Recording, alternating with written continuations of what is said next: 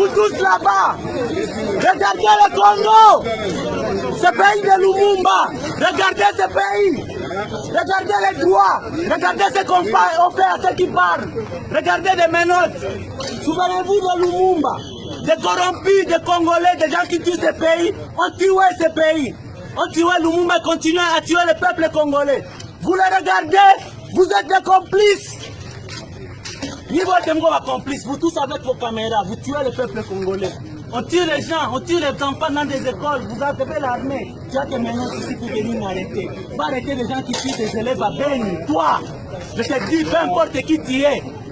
Aujourd'hui, je suis prêt à mourir à cause de toi parce que tu es corrompu. Tu es corrompu. Tu penses que tu peux arrêter quelqu'un ici qui parle. C'est ici que tu as le pouvoir. Ici, vraiment, regarde-toi, c'est la honte. Tu es une honte. C'est là où vous amenez ce pays. Des menottes, vous menottez ceux qui parlent. Oh, je suis colonel, je suis trip. Colonel, c'est quoi? Les Belges sont partis.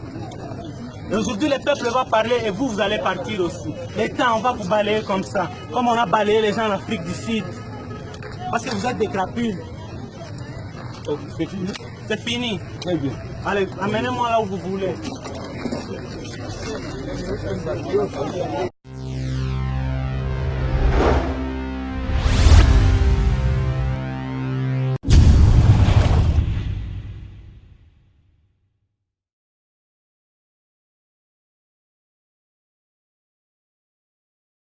Tout a commencé dans la parade du samedi 24 février 2018 portant sur la gestion des émeutes de la marche des laïcs catholiques interdite par le gouverneur de la ville de Kinshasa, où le commissaire provincial de la police ville de Kinshasa, Silvano Kasongo, va donner des consignes pour respecter l'utilisation des armes à feu, car ne voulant pas entendre parler des pertes en vies humaines.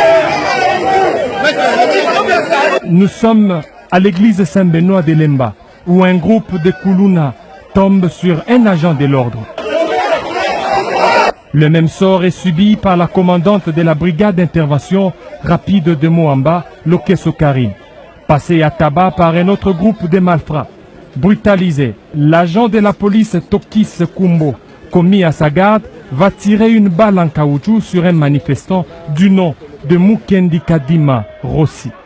Blessé, il saigne, mais au lieu de l'amener immédiatement à l'hôpital, les manifestants se sont contentés de le filmer et prendre des photos sur lui avant de l'amener à l'hôpital Saint-Joseph. Plusieurs heures après cette incidence, il succombe de ses blessures. Et pourtant, le commissaire provincial de la police est passé dans un centre de santé à Lemba, où était accueilli un blessé avant de se rendre à l'hôpital Saint-Joseph, où il va rencontrer même le médecin directeur de cet hôpital devant la presse. Il lui explique les cas des différents blessés. Si nous on a fait le premier soin, mais cela ne suffit pas. Parce qu'il faudrait en urgence qu'on puisse bien le prendre en charge. C'est un jeune garçon de 21 ans. Rossi Mukendi est mort des suites de ses blessures. Informé de cette situation, Silvano Kasongo ordonne l'arrestation du policier Tokis Kumbo pour le non-respect des consignes, car les balles en caoutchouc se tirent à la distance de 20 mètres, alors que lui a tiré à mi-distance de ce mètre.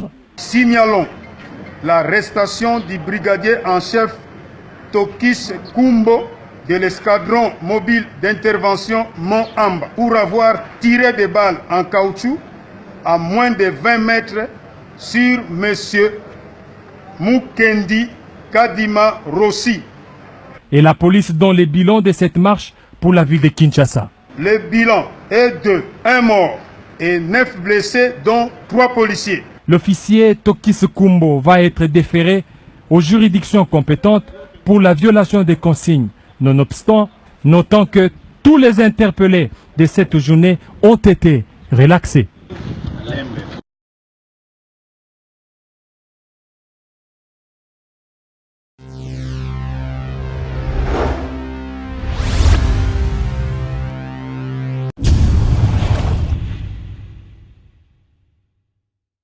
La santé pour tous. Solution pour na papa pe na mama. Tosalisa nzoto. Avec Willy Opelele présente une série d'émissions sur la prévention, la santé.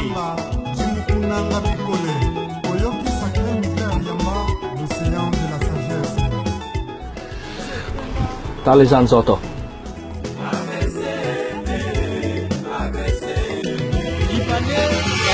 Liwa ezali ekali mwa mukete eyebi mukolo te me ezali na bato mususu nzambe apesa mayele oyo tobengi na lingala ya solo bwanya oyo babengami na kombo minganga oyo biso tokozala ke soki toza kovisite bango ntango nyonso kotalisa nzoto na biso ekopesa biso kamwa ntango koyeba ke nzoto na ngai na esika boye eza na pasi mpe nayeba nakomi talisa me soki okendaka na munganga te yo olobi ke no oza maladi te mpo okendaka te kokende na l'hôpital elakisi te kaka oza na maladi ezali okende omitalisa oyeba eloko nini eza na koposo na kati na nzoto na yo ezala bagene négligence eleki ezala bamikolo négligence ndenge moko malamu tomitalisaka otalisi nzoto oyebi eloko nini eza kotungisa na kati ya nzoto na yo me yo nde moninga talisa nzoto Talisa nzoto. Talisa nzoto avant que maladie ne s'aggrave. Parce que tant qu'ils ont maladie aux obang, pour les lois à ce numéro combiné, sauf à mon à James Hospital, aux Zengamambu, tout le monde a gagné kuna. Ponini, à qui kuna pour Nigaga, à Zarobeba. Non. Ok, nake, n'a ça fait examen mogo, oh, et groupe samba résultat mogo ya malamu. C'est pas dit qu'il n'a pas eu hôpital pour un sida. Non. Bah, maladie est belle. Ma boule était une chose belle aux ébattés, pourquoi mon était. Tant une chose un cancer, au début, dans les bandits, yo sautant au sens à check-up, au reba coma. Bah, maman, on a un boye barabouima, ban à terre, à l'hôpital, à l'hôpital, sarabana, nengenini, tout la langue au tambo. Parce que moi, la mouche à robot un peu boye, à moi pour mourir, yanzo, tu as moi la mobile. Mais tant que maman hôtel, ça y est, tout côté. L'objet beaucoup, ah, ouais, bah, moi, la botte à 4 pour naïe. Ok, maman, hôtel, c'est qui fait une autre, tu as moi la yoté. Ils ont mon moi la zokola, aux autres, peut-être, on a mon sur le mot boye, oh, ils ont simbaté. L'obligation aux ala, azabongo. Hôtel Sanzoto est très important. Kalelo ngai comme na ngazali enkeko mais mas na ngai kago ya belamba ko ya ki docteur la beneki ngai avec ezaki AVC mais bana kini na sabino bola tapenja mais Dieu te pena il faut que nous tasse en Dieu te na bino. Talisanzo. I also want to encourage our parents to go to the hospital so they can see our children and our grandchildren. So please, so there can be less Congolese funerals. Catégorie ya liboso ezali média.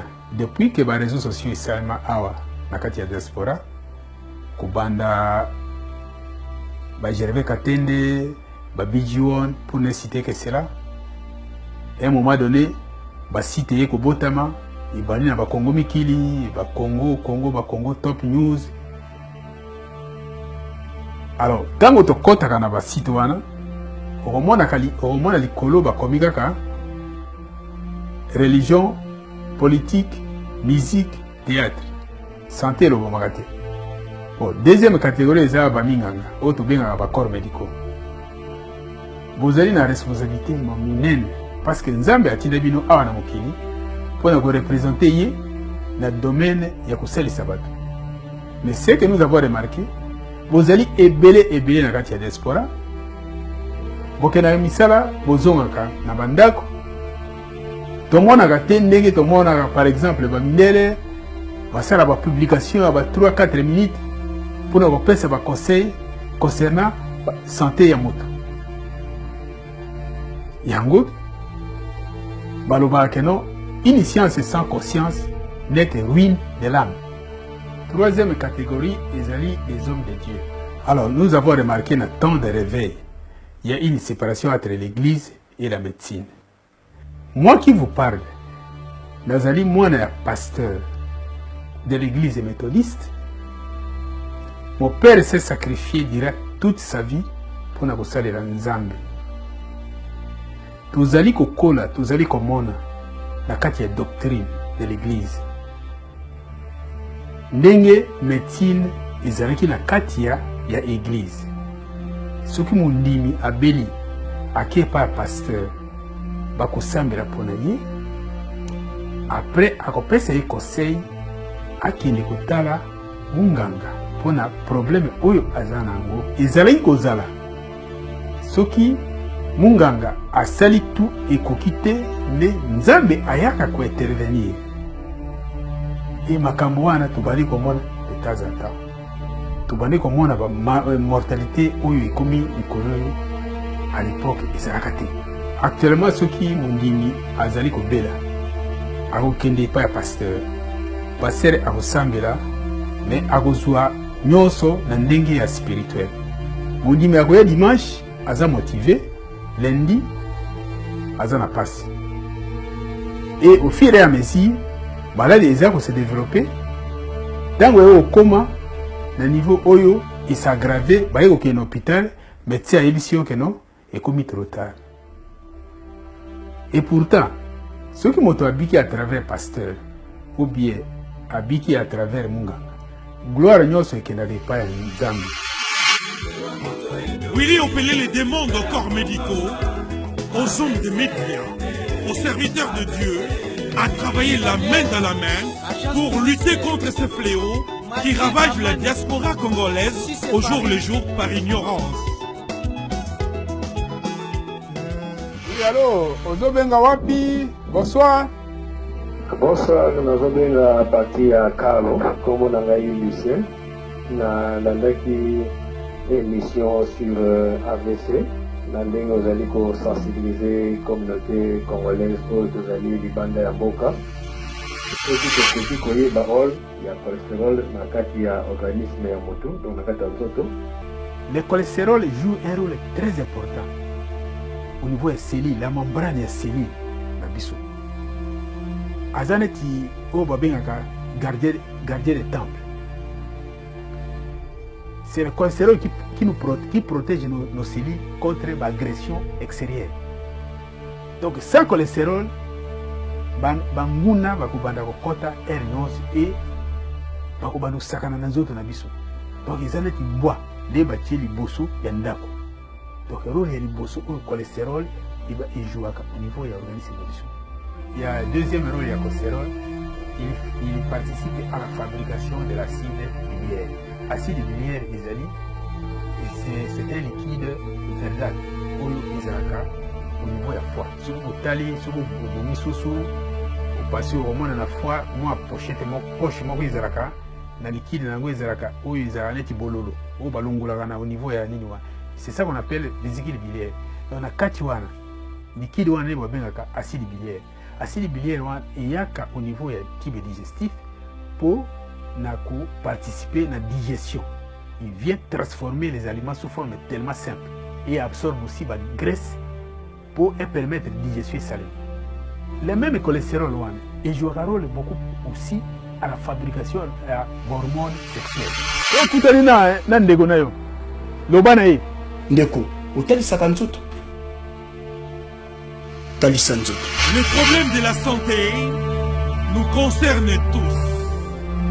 Batela nzoto, talisa nzoto, batelanga, ngai pena batela yo. Talisa nzoto.